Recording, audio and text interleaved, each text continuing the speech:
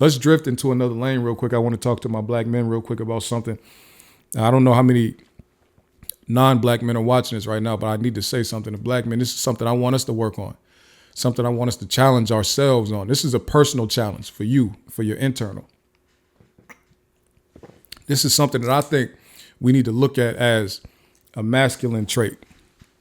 This is something I think we need to look at as something that needs to be in every one of our skill set, one of our toolboxes, and it's dealing with communication, right? This is something I'm big on. And sometimes, people don't like how it comes off, but I just feel like this is something that's needed. Now, communication in this fashion, right? Have you ever heard somebody say when they get, they'll get mad and they'll be like, you always do this, you never support me. You always say the wrong thing at the wrong time, stuff like that, right? This is what I want us to do. This is the challenge that I want us to do for ourselves and with ourselves. When you see something that you don't like, why can't it just be men? It could be men. No, it could be whatever type of man you want.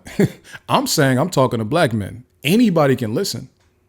Anybody can listen and anybody can gather information from what I'm saying. And anybody can challenge themselves. I'm just telling you who I'm talking to, right? It's no beef. But black men, when just challenge yourself to do this, right? You see something that you have a problem with, say something right there. Don't blow up. Don't get angry. Don't take it far. Use a level head to the first time you see something you don't like, address it right there with a level head, right? Don't wait until you see it 20 times to address it. Don't wait until you get mad and try to bring it up later.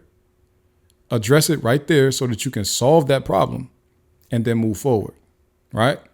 Like I said, some people are rubbed the wrong way with me when I do that, but I don't like to hold on to issues. If I have an issue and I don't say something right there, it's going to bother me until I say something.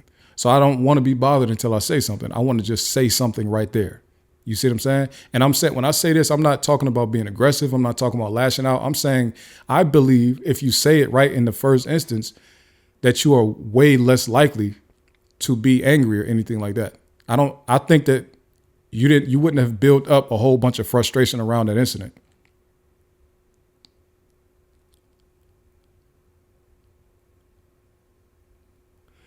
PB Williams, I might have misunderstood what you were saying. I might have misunderstood you, but anyway, I want us to just, when you have the issue right there, address it with a level head the first time. Normally, if you wait until you're frustrated to try to break, especially in your relationship, your romantic relationship with your kids, with your family, anything like that, especially in those instances, if you wait until you get frustrated, then you try to bring up all the stuff at one time that frustrated you at some previous time, you're likely going to say a bunch of stuff that's not true. You're likely going to say a bunch of stuff you don't mean, and you're going to likely make the situation worse, right? For instance, let's say, you needed a ride somewhere, somebody was late picking you up. You could say right there, hey man, can you try to be on time when you pick me up? Right? You could say it right there. You could, find your own way to say it. But I'm saying, yeah, please, thank you, Hippie Easter. Make sure you like this video. Make sure you share. Make sure you subscribe. Say it in your own way, right? But make sure you address it when you see it. This is what you don't do, my G's. This is what you don't do. Do not wait until you get mad about some totally unrelated incident, right? Don't wait until you get mad about some whole other stuff, right?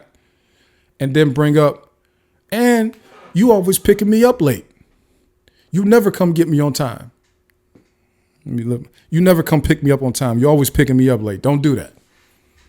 Like I said, most of the time that's going to lead to you saying something that's not true. Do they always pick you up late?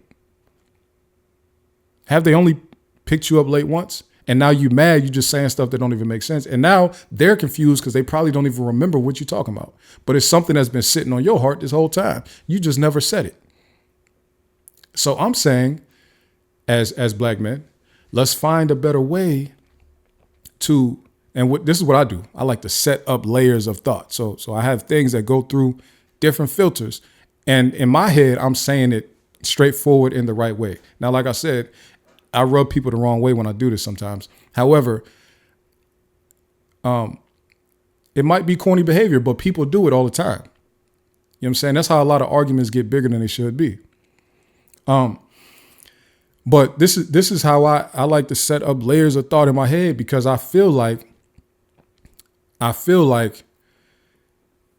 you know, you have to be able to say something that you have a problem with without being mad. Like, you shouldn't have to be mad to address a problem. You see what I'm saying?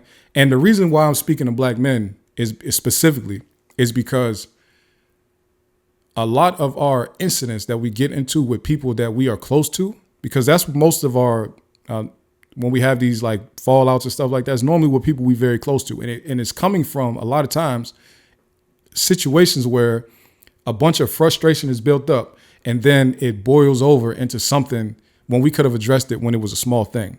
So sometimes you might see these headlines where it's like brother shoots brother over a video game. It's highly unlikely that it was about that video game. It's highly unlikely that while they were arguing about whatever happened with the video game, a bunch of other stuff got brought up. You see what I'm saying? That's a lot of times that's what happens. Like, we live in the real world. We know that's what happens. Like, people start arguing, they start bringing up a whole bunch of stuff that has nothing to do with the situation we're dealing with right now, right? So me, if I'm like, hey, I don't like that this thing is dirty or out of place, right? I'm just gonna say it right then. You might not like that I'm addressing it right then. You might think, why are you bothering me about this small thing? But the reason I'm saying it right then is because I don't want to wait until this happened 30 times and then say it with the buildup of 30 incidents in my heart, in my head. You see what I'm saying? You see what I'm saying? Yeah. What you call easygoing people, I would call people pleasers. It happens a lot with people pleasers because they think that they're doing a disservice to themselves and their personality if they address things that they have a problem with right then. So then it keeps on happening, then they blow up, and now it's a huge issue. I don't like huge issues. I like to keep issues small. You know what I'm saying? And people look at me, they like, you know, I was going on this podcast and they're like, yo, they can't get you out of character. And it's really because if I really have a problem with something, I'm going to say it right then. I don't want to get mad. You see what I'm saying? And we should all recognize that about ourselves. Who wants to be mad? That's not a good feeling, right? First of all, being mad is like being not sober. You're going to do something that you wouldn't do normally, right? So I want us to really set them layers of thought up. You want to put different filters in your head. If you feel like, oh, I'm going crazy, I'm talking to myself, don't feel crazy. Put them layers of thought in your head. Think about it in that back part of your head first, right? The reptilian part of your brain, that carnal part of your brain. Think about it back there first, that medulla area. Then send it through that amygdala. You know, when people talk about that, you know, that part of the brain that controls fear and all that. Send that thing from your medulla to your amygdala, right? Send it there. Process it. Can this thing that I'm about to do put me in any danger? Emotional danger, physical danger, mental danger? Send it through that amygdala. Send that thing through your pineal gland next after that. What's your pineal gland going to do? It's going to make you... what's the spiritual impact of this whole thing, right? We're going to send it through that pineal gland, then send it to your frontal lobe, your forehead. Now that's where you use logic. Does what I'm about to do make sense? Does what I'm about to say make sense? You need layers of thought in all these places in your head, and then let out whatever you need to let out. I guarantee you will be able to say what you have a problem with a lot calmer if you filter it through your head first. I'm serious. I've been doing this for some time. And that's not to say I don't have arguments and stuff like that, but I don't blow up as much as when I was younger, I really had a hard time being in like leadership positions because I was snapping fast. You know what I'm saying? So So here we go. Your audience matters also. Your approach may not work. You got to be speaking to someone that's forward thinking. No, you don't have to be speaking to someone. I'm about to tell you why I say you have to approach yourself and your own thoughts and your own words and actions like this, right? A person is going to receive what you give them, right?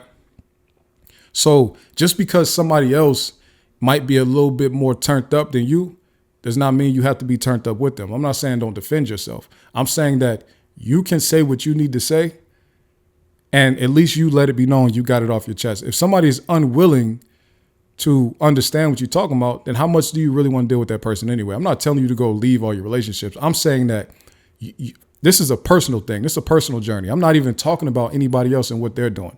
I'm talking about a personal journey of setting up layers of thought so that you can get out things that you need to get out immediately when you see it and immediately when you don't like it, right? That's just all we're talking about right now. Now, you have to adapt that to the people you're around. Like if you're around a bunch of like grimy people and they just don't want to hear anything you got to say, then that's a different situation.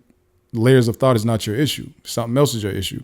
But when we're just talking about personal journeys and stuff like that, let's figure out a way to say, hey man, to tell ourselves, hey, you know when something's bothering you, just say it. You don't have to cuss nobody out. You don't have to, none of that. Just say, hey, I don't like this thing. Yeah, even if it's small. Hey man, you've been wearing mismatched socks all week. I don't like the way mismatched socks look. You know what I mean? Just say that. If I remember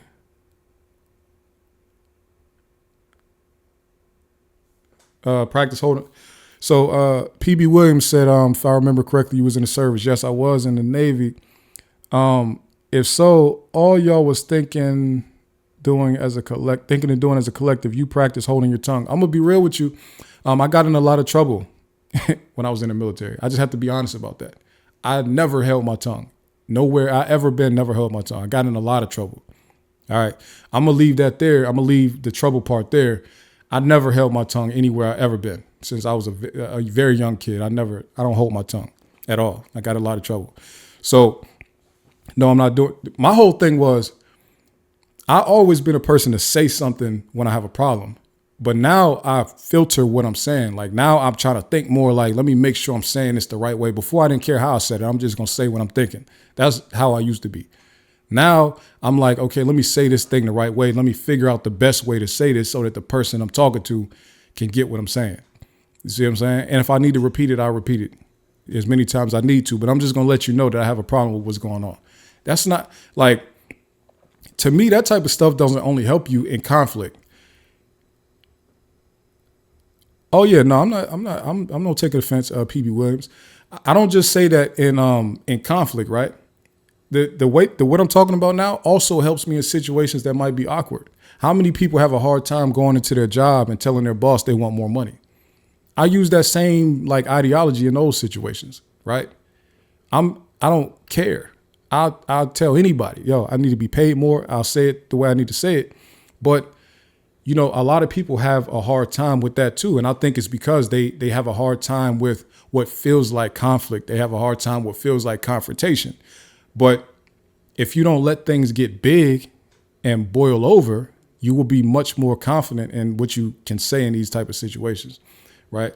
So that's really that was one of the message I just wanted to get to my guys, man, because you know, I know people all over the world deal with that issue, but I want us specifically to work on it.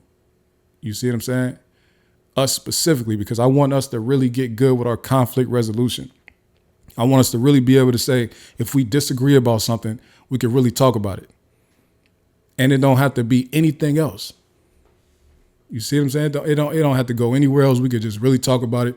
I ain't even gonna say that, but we could really, it doesn't have to be anything. You see what I'm saying? Like, let's get there with it.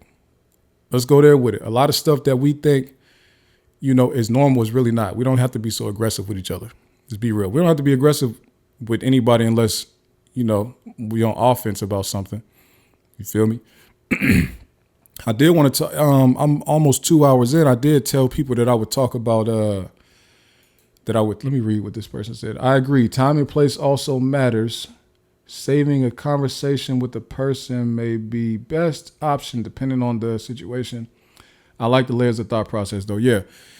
Regardless of when you get the conversation out, I just don't want you to wait is what I'm trying to say. Don't wait until you see it multiple times. Yes, you want to wait till the most opportune time to get the conversation out, but don't wait until you've seen it 5 times is what I'm saying. You see what I'm saying? Like if y'all are in the middle of a wedding, don't say, hey, you stepped on my foot. Like don't say that. I'm saying when you get home, think about it and then talk about it.